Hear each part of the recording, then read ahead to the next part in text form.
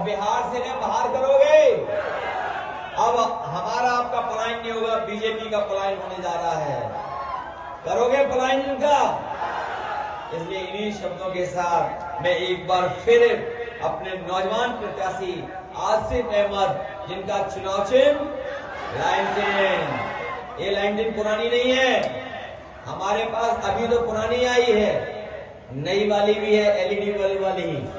ये बीजेपी वाले जानते ही नहीं है, इनको बताना भी नहीं कि हमारी लालटेन जो नई वाली है वो सोलर से भी चल जाती है, एलईडी बल्ब लग जाता है उसमें। इसलिए आप लोग लालटेन तो नहीं बोलोगे।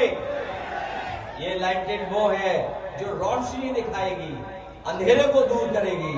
इसलिए मदद करना एक नौजवान साथी को, नौजवान विधायक बनेगा यहाँ पर, और बिहार में पटना में मुख्यमंत्री नौजवान बनेगा। बहुत बहुत बधाई। मैं एक बार फिर मोहम्मद फातमी साहब का, फैज अहमद